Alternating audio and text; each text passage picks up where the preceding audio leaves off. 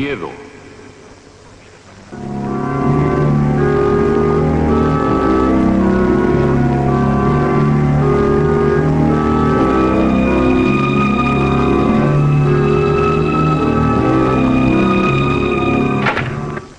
Pues vete. Sí, vete. Vete para siempre, si ese es tu deseo. No, no es mi deseo, es tu propósito. Ya no puedo vivir así, no soporto más, no lo soporto. Te quedas con tu mamá, te quedas con todo, pero yo no te aguanto más, no te aguanto. Sí, vete, vete, y no vuelvas nunca, nunca. Ni lo pienso.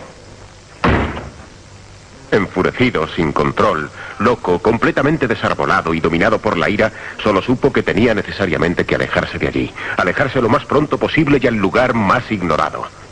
Por eso, sin mayores propósitos, se dirigió hasta su coche que lo tenía en la puerta estacionado y sin otros titubeos trató de ponerlo en marcha olvidando los muchos problemas que en los últimos días le había ocasionado.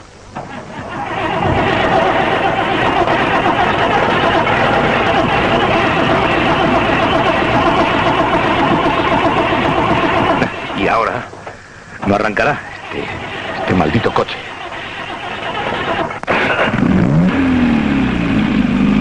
Cuando al fin el coche le respondió, enfiló un camino sin rumbo fijo, buscando quizá una salida de la ciudad que le hiciera olvidar de inmediato aquel insoportable lugar que cada vez se le hacía más irrespirable.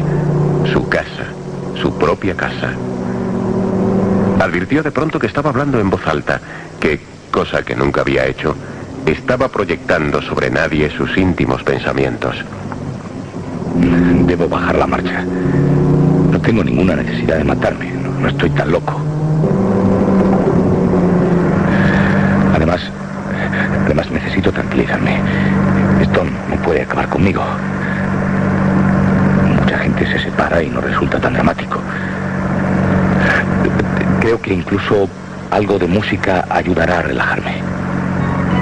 A los escasos minutos de iniciar su marcha advirtió que ya estaba lloviendo. Sucedía siempre. Siempre llovía.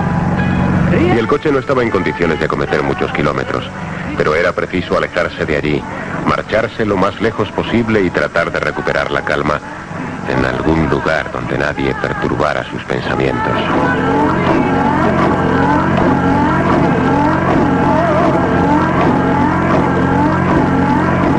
Vaya, ni la música puede acompañarme.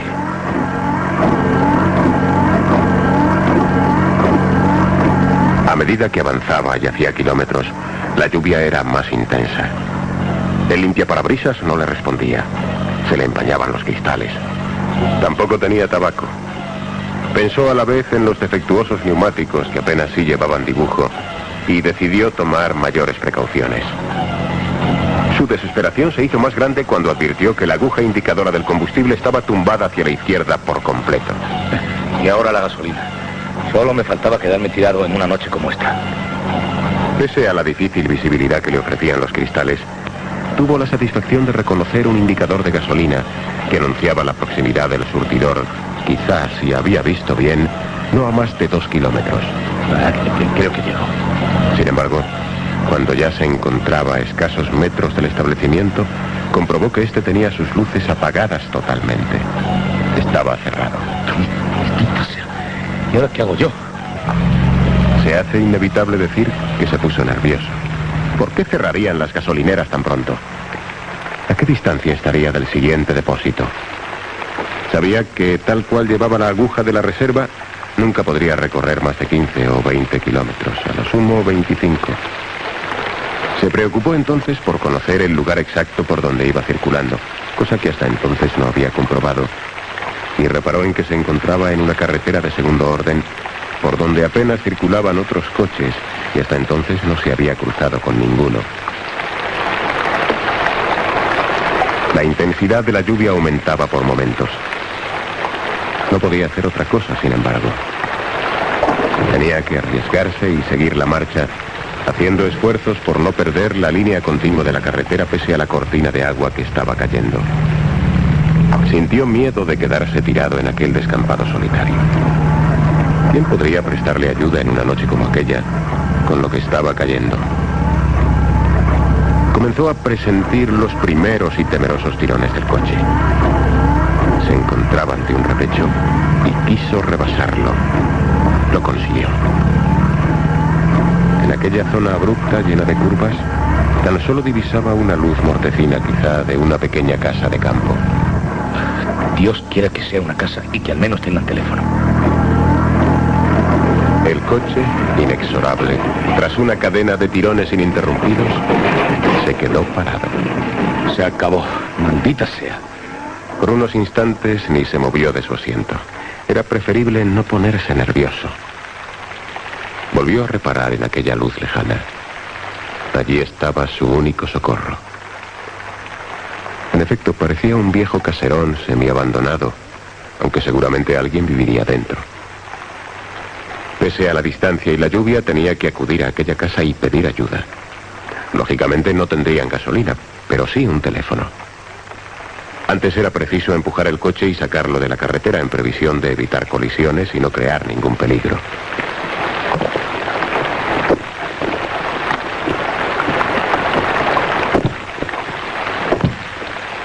Por completo empapado y agotado después del esfuerzo, inició una veloz carrera hacia el gran caserón, olvidándose de los matojos y de los accidentes del camino. Estaba llegando a lo que parecía una balaustrada cuando escuchó los primeros ladridos. Vaya. El perro. Me lo estaba temiendo. Se paró en seco, sin dar un paso, atemorizado ante la presencia del animal que lo tenía a pocos metros. No sentía mayor temor hacia los perros, pero en aquellas circunstancias, de noche, bajo la lluvia, en un descampado, y corriendo, lo más lógico era que el perro le atacara o le diera algún susto. En ese mismo momento advirtió cómo se encendía una luz exterior a la casa y alguien ordenaba al perro estarse quieto. ¡Ven aquí, Puma! Señora, señora, necesito ayuda. No tenga miedo, hijo, no se asuste, que ya lo tengo amarrado. ¡Calla, cállate! ¿Puedo...? Pase, pase, hijo mío. Uy, por Dios, cómo viene, pobre mío. Sí, discúlpeme. El coche me ha dejado tirado. ¿Podría usar su teléfono? Me temía que no viviera nadie por estos contornos. Lo siento mucho, pero no tenemos teléfono. Pero pase, pase, por favor. Está completamente empapado. Y tú, Puma, a tu refugio. ¡Vamos! Yo no quisiera molestar, señora. Pase, pase hasta adentro y déjese de cumplidos. Véngase al lado del fuego. ¿O es que quiere ponerse enfermo? Hace una noche infernal y puede darle algo. Yo solo buscaba un teléfono. El teléfono más próximo está casi a 3 kilómetros. Junto a las primeras casitas del pueblo, pero suele estar casi siempre averiado. Además, con lo que está cayendo, yo no voy a permitírselo. Me temo que tendrá que aceptar ser mi huésped, por esta noche al menos. Es usted muy amable, señora, pero yo no quiero molestarla y debo seguir mi camino. Nada. Usted debe recuperarse ahora del frío que ha cogido y quitarse inmediatamente esa ropa si no quiere ponerse enfermo. Quédese ahí tranquilamente, que voy a traerle algo. Pensándolo bien, tampoco era aquel un mal sitio. Nadie le esperaba en ninguna parte.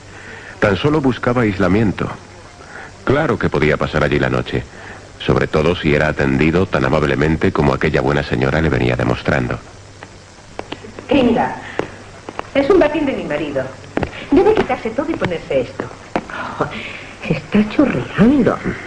Así además podré ponerle secar sus pantalones. No se moleste, de verdad, señora, no se moleste. Ya le he causado demasiados trastornos. Ya está bien de cumplidos. Espero que no le importe. Mi marido murió hace ya muchos años, aunque conservo toda su ropa. Venga, no lo dude más. Quítese todo y póngase esto.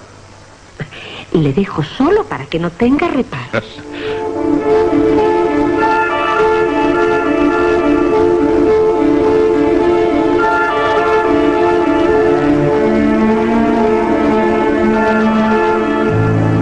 Después de las lógicas protestas, cuando ella hubo salido de la habitación, comenzó a quitarse con desenvoltura lo que llevaba puesto. Y cuando se cubrió con el batín, se sintió confortablemente cobijado, incluso muy a gusto a partir de aquellos momentos. Inició una rápida mirada por el salón, por el gran salón que, aunque algo destartalado, Delataba en su dueña un cierto gusto por lo clásico, especialmente en lo referente al mobiliario. Le sorprendieron algunos de los cuadros en la pared. Eran máscaras, bellas máscaras de porcelana blanca y esmaltada. Advirtió también que la señora no se había privado de ningún adelanto. La estancia contaba no solo con televisor y aparato de radio, sino incluso con un buen equipo de música, libros y abundancia de periódicos y revistas que junto a la chimenea aparecían amontonados. Estaba todavía absorto contrastando aquella soledad confortable cuando... ¿Lo ve? ¿Se da cuenta qué bien le sienta? Un poco largo. Mi marido era un hombre muy alto y corpulento, pero no creo que le importe mucho. Siéntase cómodo, por favor, siéntase cómodo. Tírese un poco por encima del cinturón y verá cómo le queda así más corto. No sabe cuánto lamento tantas molestias. No es ninguna molestia, hijo, se lo aseguro. Además, no iba a dejarle en su situación abandonado en pleno campo. Por otra parte, así nos sirve de compañía. Estamos tan solas en este destierro. Solas. Había dicho solas. Por otra parte, él aún no le había contado nada de cuanto le había sucedido. Pero tenía ganas de compañía, eso estaba muy claro. A mí no me importa, pero la gente joven se aburre. Mi hija está aquí a la fuerza, pero es una buena muchacha y ahora no abandonará a su madre, aunque esté a punto de contraer matrimonio. Ah, me alegro mucho. Yo también. Por ella, ¿sabes? Y también porque seguirá viviendo aquí conmigo. ¿Y cuándo es la boda? ¿Mañana? ¿Mañana será la boda? Mañana. Mi más cordial enhorabuena. Siento de nuevo haberlas importunado. Es una... No. No debe preocuparse, hijo. Además, es muy importante que usted haya venido. La boda se celebrará aquí mismo en la intimidad. Haga extensiva mi felicitación a la novia cuando llegue. No, si no tiene que venir. Vera está aquí. Bueno, pero yo creo que debemos pensar en la cena, ¿eh? Porque no habrá cenado. Sin esperar su respuesta en ningún momento, la señora se ausentó, entrando en lo que parecía la cocina, mientras él se quedaba pensativo desentrañando aquel misterio. Si no había entendido mal, ella se había referido a Vera como a su hija, diciendo que estaba allí en aquella casa, viviendo con ella. Sin embargo, no había dado señales todavía. Estaba pensativo junto al televisor cuando oyó la voz de la señora desde la cocina. La televisión no funciona. A Vera y a mí no nos gusta. Una vez se estropeó y no hemos hecho intención de repararla nunca. Se acercó al equipo de alta fidelidad y descubrió que había un disco en el plato. Prefirió no cambiarlo, de modo que tan solo pulsó una tecla y automáticamente se puso en marcha. A Vera y a mí nos encantan los cánticos gregorianos. Son tan relajantes y tan dulces. ¿No desea que yo le ayude en algo? Oh, encantada. Venga, ponga el mantel y los platos. Yo suelo sentarme aquí, en este lado. Y usted, si lo prefiere, puede ponerse en este otro. Estuvo tentado de preguntarle dónde iba a sentarse Vera, qué lugar tenía destinado. Pero no quiso pasar por entrometido, de modo que optó por callarse. Sin embargo, se dirigió a la cocina con intención de ofrecer su colaboración. ¡Qué susto me ha dado!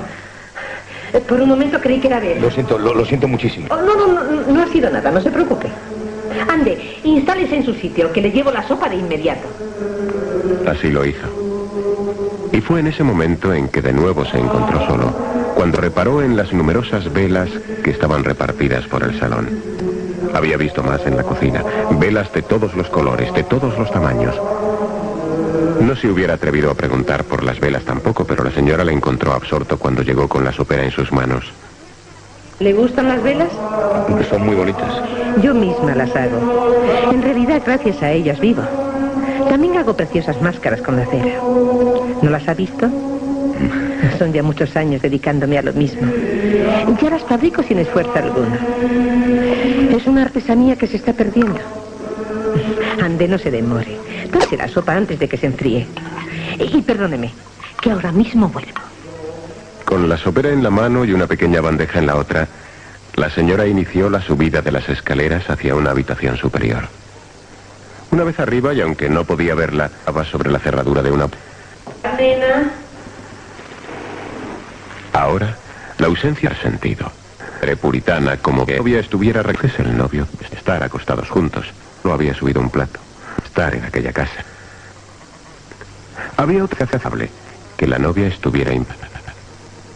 Claro, eso era. Pedida y en la cama, y no podía... En cualquier caso, le parecía ya no diera muestras de querer contar. Estuvo reparando en los cuadros que le habían parecido de porcelana de cera. De cera, había dicho. Volvió a abrírsela de nuevo, echó la llave. Extendió. El loco comprobó que la cena estaba intacta. La anfitriona se sentó a su lado y se sirvió el mismo plato. Pobrecilla. Está tan nerviosa que apenas ha probado bocado. No es extraño, estará impaciente esperando la llegada del novio. Oh, no. Si el novio también está aquí, deben de ser los nervios. Eso le pasa siempre, es lógico. ¿Había dicho que el novio también estaba en la casa? ¿Y acaso había dicho también que eso pasaba siempre? Se había producido un cierto y misterioso silencio que ella rompió ofreciéndole el segundo plato. Sírvase, por favor. No es preciso que me espere. Yo apenas ceno, no debo. La curiosidad le rondaba la cabeza. Ahora comprendía, sin dejar de parecerle una monstruosidad, que la señora mantuviera a su hija encerrada bajo llave. Si el novio se encontraba en la casa, ella solo protegía la integridad de su hija. O bien él era un Casanova, o acaso Vera fuera una joven ardiente incapaz de soportar 24 horas de espera. Por cierto, ¿es usted casado? Por primera vez le preguntaba algo sobre sí mismo. Todavía no le había permitido explicar su presencia en aquella casa. La verdad es que era un encanto. ¿Casado? No. Bueno, sí. Quiero decir que estoy casado, pero justamente hoy, por fin, he decidido separarme. Ya me siento separado. Pero yo supongo que en un día como este, cuando su hija precisamente va a contraer matrimonio, no será muy agradable hablar de esto. Desde luego, no me parece oportuno. No se preocupe. Comprendo que no todo sale bien cuando se celebra un matrimonio. Pero a mí no me gusta inmiscuirme en asuntos privados. Comprendió que a partir de aquella declaración de principios ya no estaba autorizado para hacer más preguntas sobre los misterios que estaba especulando en torno a los novios. Comenzaba a sentirse algo más incómodo. Usted no fumará, por supuesto. No, hijo, no. Pero creo que tengo algún cigarrillo. Déjeme que busque. Creo que sí. Ya sé dónde tengo alguno. Cuando se levantó de la silla y tras el ruido, ella se volvió a su invitado y extrañada le preguntó: ¿Ha oído? ¿No ha oído algo? Creo que Vera me ha llamado. La pobre depende enteramente de mí. No puede moverse sin mi ayuda. ¿Paralítica? Al fin. Seguramente había acertado porque la buena mujer hizo un gesto resignado y le dejó en aquel momento volviendo nuevamente a subir las escaleras que la llevaban hasta la habitación donde ella estaría descansando.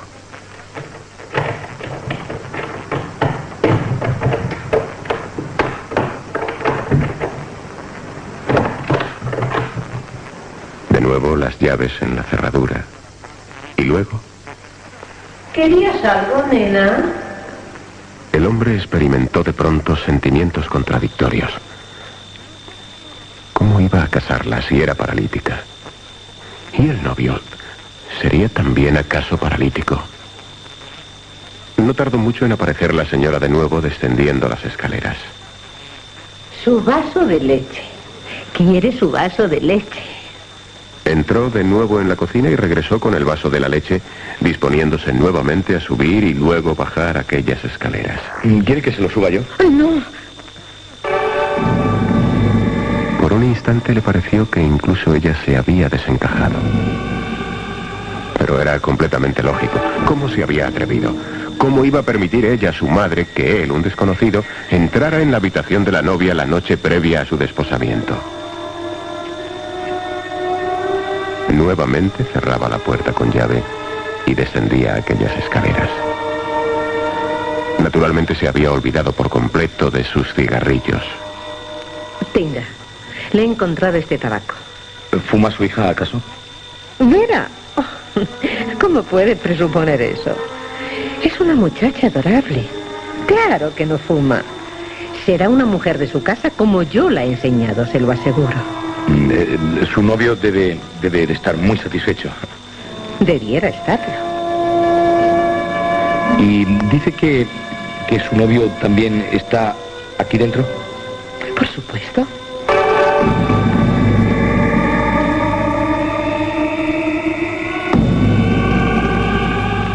Le parecía imposible reanudar la conversación después de todo aquello.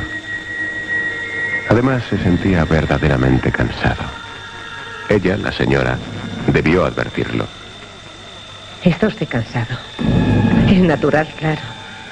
Le voy a enseñar su cuarto. Va siendo hora de que nos vayamos a la cama porque mañana hemos de levantarnos muy temprano. Sí, yo mañana tendría que levantarme muy temprano y acercarme a la cabina para llamar por teléfono, a ver si consta. No era tan extraño, pero ¿por qué no le había hablado antes de su coche?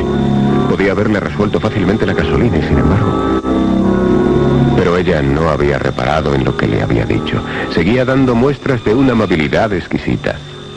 Mañana necesitará su traje limpio y planchado, de manera que ahora mismo voy a preparárselo. Luego se lo dejaré en una silla de la habitación, procurando no despertarle, sin hacer ningún ruido. Suba ahora conmigo. Al pasar junto a la puerta tras la cual se encontraba Vera, la anfitriona miró sonriente a su invitado y luego se detuvo en la habitación contigua, invitándole a entrar. Este será su cuarto. Muchas gracias, señora. No sabe cuánto... Oh, no, nada, querido. Que descanse. Espero que mañana se encuentre muy descansado. Su obsequiosa amabilidad todavía iba en aumento. La habitación parecía realmente confortable. Su mobiliario estaba constituido por una gran cama de matrimonio, un sólido armario de luna y un escritorio. También había un precioso lavabo con su aguamanil y su espejo. Y un hermoso sillón con las patas artísticamente talladas. A los pies de la cama había extendida una alfombra cuyos dibujos hacían juego con las cortinas. Y la luz provenía de un excelente y rico candelabro. Todavía escuchó a la señora en el pasillo. Salía de la habitación de su hija y se estaba despidiendo. Hasta mañana, querida. Te deseo la mayor felicidad del mundo en tu cuarto matrimonio. No pudo evitar un fuerte estremecimiento. Cuarto matrimonio. Caramba con la niña. ¿Qué haría con los novios? Todas sus incógnitas anteriores se le fueron acumulando. Sin embargo, no dejó de sorprenderse al advertir una rendija de luz bajo la puerta que daba al dormitorio contiguo. Naturalmente, aquel era el cuarto de Vera y con seguridad no podía dormir. Estaría leyendo. Su curiosidad había subido de grados. Debía aproximarse a la puerta y tratar de ver lo que Vera estaba haciendo. Lo único que llegaba hasta él era aquella música suave, la misma que había escuchado en el tocadiscos de abajo. Efectivamente, a la niña también le gustaba el gregoriano. Pero no podía ver nada a menos que apostara su ojo sobre el orificio de la cerradura. Y lo hizo. Lo más que pudo advertir es que la habitación estaba iluminada por grandes cirios. Y cuando indagaba buscando otros detalles que le desvelaran algún misterio, le pareció escuchar los pasos de la señora subiendo las escaleras. Precipitadamente se metió en la cama. Y de inmediato vio cómo se abría la puerta de su habitación y la mujer ponía su ropa sobre el sillón de las patas talladas con excesivo cuidado. Estoy despierto. Ya tiene lista su ropa. Que descanse, querido. Hasta mañana. Y sea bienvenido a nuestra casa. A veces no lograba entender del todo las expresiones de aquella mujer que comenzaba a despertarle ciertos recelos. Estaba completamente decidido a desvelar aquel extraño y ya inquietante misterio. Le hubiera gustado conocer a la novia y también al novio. A lo mejor a la niña no le importaba tanto. Ella debía saber que en la casa había un extraño. Se acercó nuevamente a la puerta y estuvo chistando.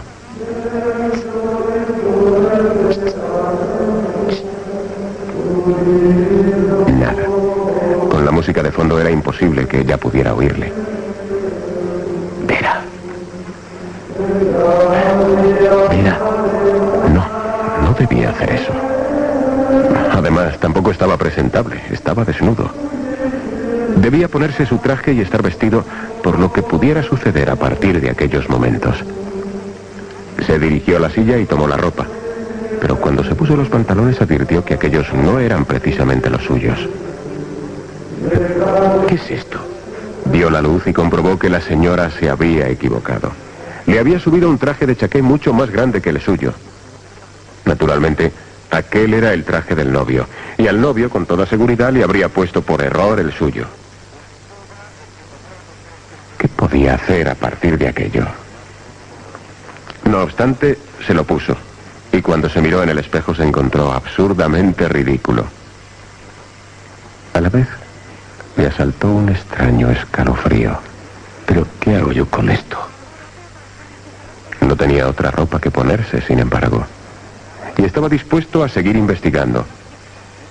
Apagó las luces y comprobó, asomándose al pasillo, que toda la casa estaba a oscuras con la excepción del dormitorio de Vera. La madre debía ya estar durmiendo. Pero naturalmente, si quería conocer a la novia, debía penetrar por la puerta de dentro. Estuvo hurgando con algún objeto que encontró en el lavabo y descubrió que era muy fácil abrir aquel pestillo. Pero naturalmente la chica podría estarlo oyendo y a lo mejor, víctima del miedo, prorrumpía en gritos. De modo que fue acompañando su acción con algunos susurros. Vera. Vera. No se asuste. Soy yo. ¿Y quién era él? La chica podría confundirse y hasta pensar que él era el novio. Iba vestido de novio. Siguió, no obstante, hurgando, a punto de conseguirlo. Verá, no se asuste. Soy un amigo. Por fin, el pestillo cedió. Y abrió la puerta con excesivos cuidados, lentamente, procurando que la chica advirtiera que, en efecto, alguien entraba en su cuarto. Le sorprendieron aquellos grandes candelabros. La cera abundaba en aquella casa y seguramente sus habitantes se habían acostumbrado a ella durante muchos años. Vera. Vera. Sobre la cama, efectivamente, flanqueada por los 4 grandes candelabros, estaba la chica, de una belleza rebosante, espléndida. No tendría más de 22 o 23 años, pero parecía dormida. Y llevaba puesto su traje de novia, su traje blanco. Vera.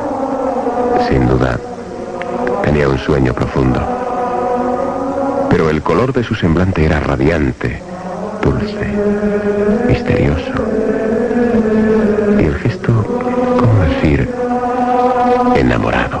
Eso, un gesto enamorado. Sus labios carmesí brillaban de una forma especial bajo la luz vacilante de las velas y parecían recientemente humedecidos. La música gregoriana salía con suavidad de un reproductor de cintas seguramente inacabable que volvía una y otra vez a repetir siempre lo mismo. Se acercó hasta ella. Estaba dispuesto a despertarla incluso. Pero antes quiso admirar su belleza, su angelical belleza, como de otro mundo. Despierte. No tenga miedo. Despierte, Vera. Soy un amigo.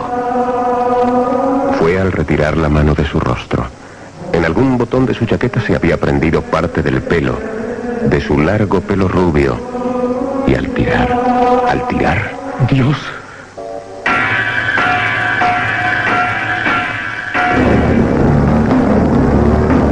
retrocedió completamente horrorizado, llevándose con la cabellera parte del rostro. Horripilante. Tétrico. Debajo de aquel bello semblante, tan solo había huesos. Una calavera.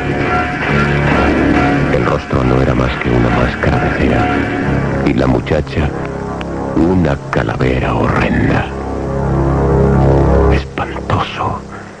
La máscara rodó por los suelos, cuando sin más sintió como alguien golpeaba con fuerza y sin piedad su cabeza, perdiendo de inmediato la conciencia de todo.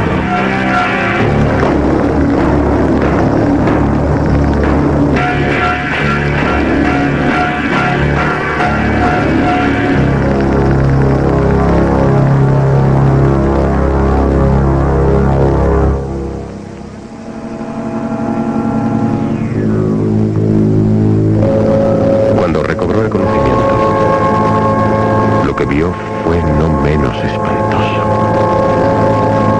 Yacía junto al cadáver de Vera, que nuevamente lucía una espléndida máscara de cera, menos bella que la que había conocido, sobre todo porque el carmín de sus labios se le había corrido, dando a su barbilla un aspecto ensangrentado.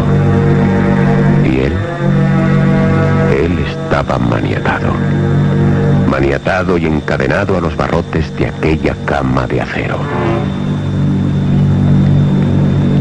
Estuvo un tiempo recuperando la conciencia de todo. Hubiera gritado, pero ¿qué hubiese conseguido? El espectáculo, además de espantoso, era insoportable. Vestido de novio, y ella con su traje blanco. Advirtió cómo la puerta se abría en aquellos momentos y aparecía la mujer que tan amablemente le había atendido. Su aspecto era sonriente y tranquilo. ¿Cómo se encuentra mi nena? Se aproximó hasta la cama y colocó primero parte del vestido blanco. Luego, con un delicado pañuelo, trató de quitar las manchas de carmín que ensuciaban su rostro barnizado. ¿Pero qué hace? Está loca, desáteme. Hazla dichosa, o no te lo perdonaré. Oiga, desáteme, está usted loca. Suélteme, necesita un médico. Pero la vieja señora parecía hacer caso omiso a sus imprecaciones. Solo se preocupaba ahora de su niña, y él no solo estaba horrorizado, sino asombrado del espectáculo que estaba viviendo. Oh, Vera, qué feliz me siento. Oiga, usted es una buena mujer. Quíteme esto. No, hijo mío, no. Ahora has de cumplir con tu compromiso. Dentro de unos instantes os convertiréis en matrimonio. Pero no comprende que Vera está muerta. Su hija está muerta. ¡Muerta! Yo la ayudaré a moverse y andar si es preciso. La cuidaré de día y de noche. Mi hija es una buena chica. Claro que sí. Y una buena esposa también. Ha tenido el capricho de casarse y yo no puedo impedirlo. Está usted loca, completamente loca. ¿Por qué no me sueltas? Se lo ruego. Déjeme en libertad. Prometo no decir nada a nadie. Se lo aseguro. Tienes que hacer feliz a mi hija. Tú no harás como los otros, ni como el primero que quería llevársela para siempre de mi lado. Tienes que hacerla feliz y vivir aquí, con ella y conmigo. Por favor, señora, se lo ruego. Usted necesita un médico. ¿Por qué no me deja que la ayude? Puedo hacerlo. Se fue hasta el reproductor de cintas y estuvo allí manipulando hasta que consiguió que una música diferente al gregoriano sonara inundándolo todo.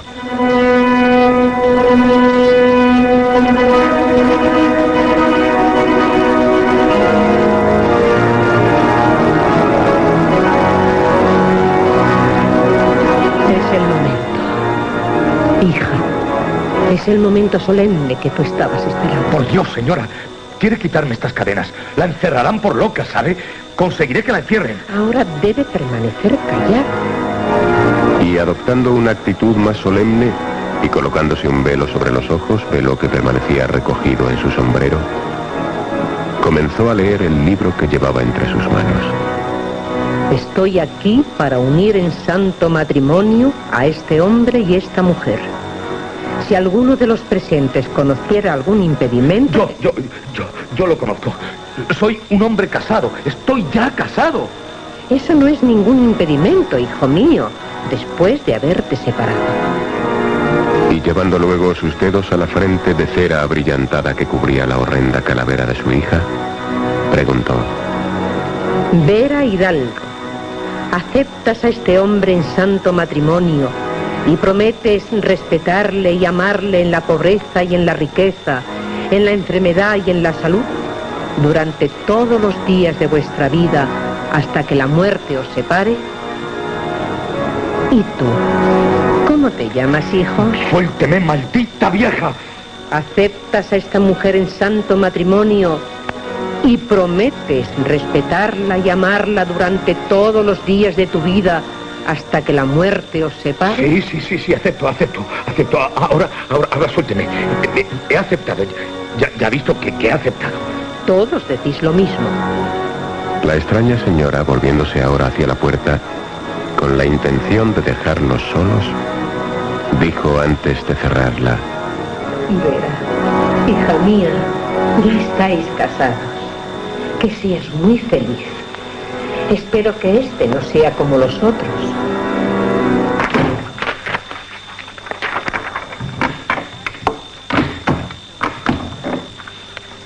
Advirtió cómo la llave cerraba nuevamente aquel maldito dormitorio. Y él se quedaba absolutamente solo, junto al cadáver de aquella pobre muchacha que solo Dios sabría por qué extrañas cosas había pasado. Gritó, ahora gritó desesperadamente como hasta entonces no había hecho. ¡Socorro! ¡Socorro! ¡Sáquenme de aquí! ¡Puedo volverme loco!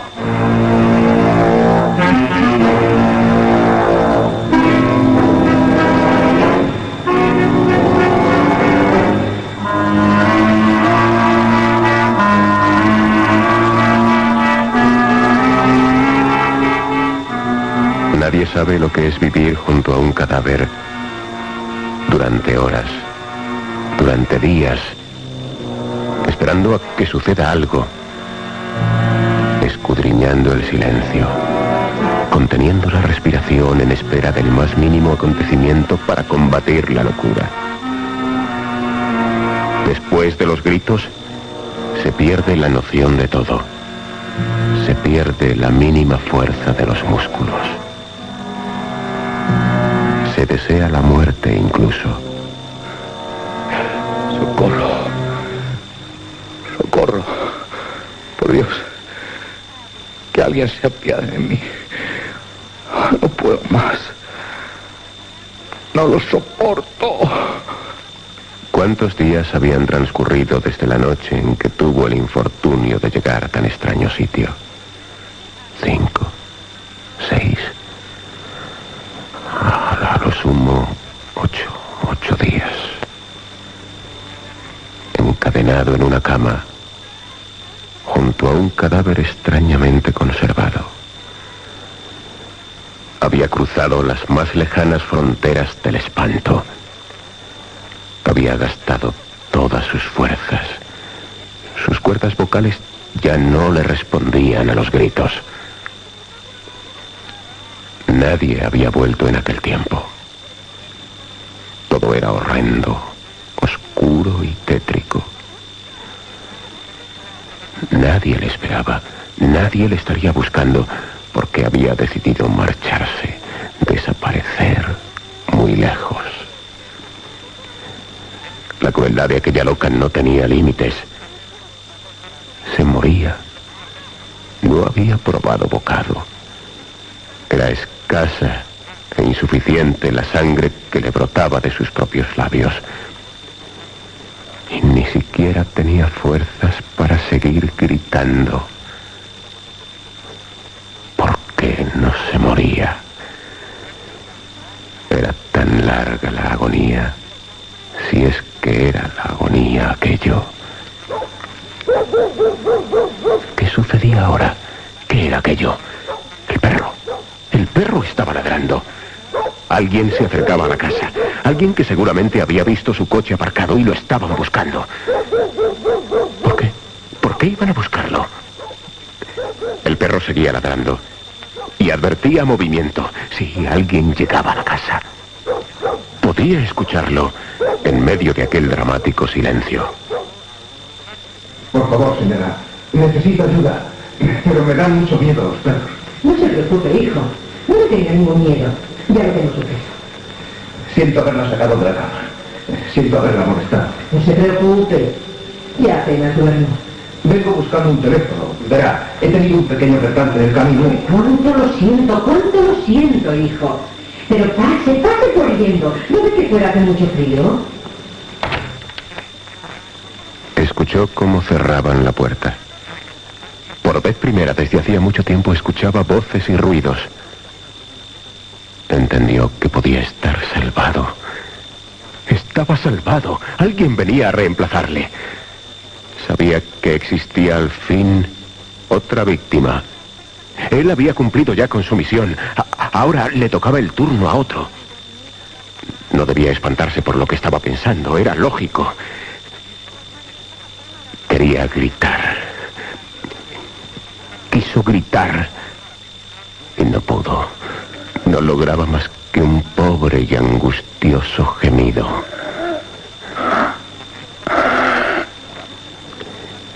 Pero sabía que estaba salvado.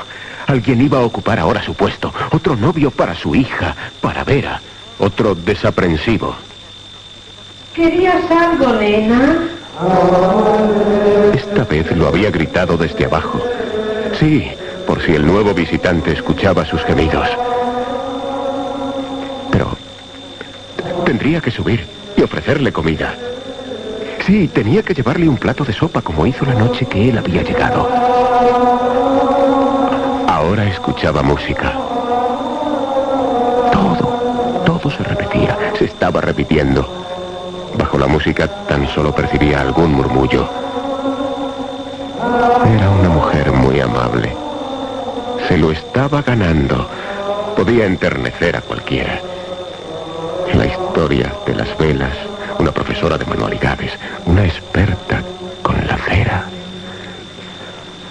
Ahora supo que ella llegaba hasta la puerta. ¿Necesitas algo, nena? Era el momento. Claro que era su momento. Tenía que sacarlo de allí si ella deseaba proseguir con su juego. Y estaba dispuesta a seguir con el juego. Era parte de su vida, de su locura. La vio emerger de pronto, sonriente, con una cara amable, muy amable. Oh, por Dios, señora, por Dios. Ya. Me muero. Compadézcase de mí. Compadézcase. Ya tiene otro novio. Primero le hizo una caricia. Cómo se lo agradeció en aquellos momentos. Luego comenzó a quitarle las cadenas, aquellos temibles candados que habían desgarrado su piel, por donde se había ido desangrando. Sí, al fin iba a liberarlo. Se había compadecido de él. Le había sonreído. Tenía que llegarle al corazón. Piedad. No pensaba liberarlo. ¿Qué excusa podría usar con él ahora? Claro que iba a proseguir el juego, pero él no iba a ser liberado. Tenía que golpearla como fuera, tenía que hacerlo. Ahora que tenía libres sus brazos.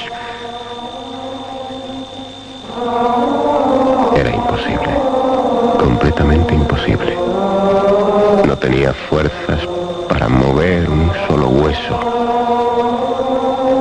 Ella lo manejaba como un muñeco de trapo. Vio cómo se movía con agilidad por el cuarto. Luego, abrió una trampilla que había en el dormitorio. Y supo que iba a ser arrojado. No pudo protestar siquiera. Se arrastraba sin ningún esfuerzo. Y cayó de pronto.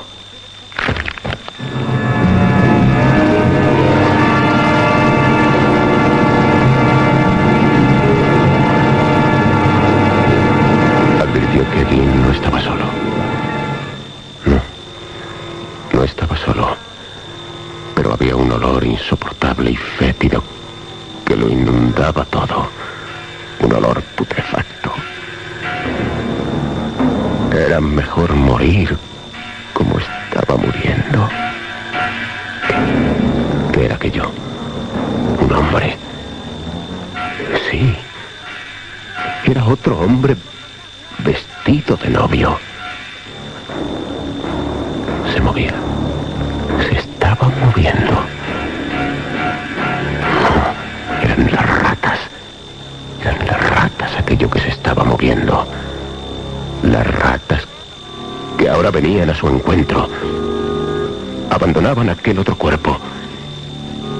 Y ya las sentían moverse por el suyo. Espantoso, repugnante. Y no podía hacer nada por evitarlo. ¿Cuánto tiempo podría durar aquel suplicio?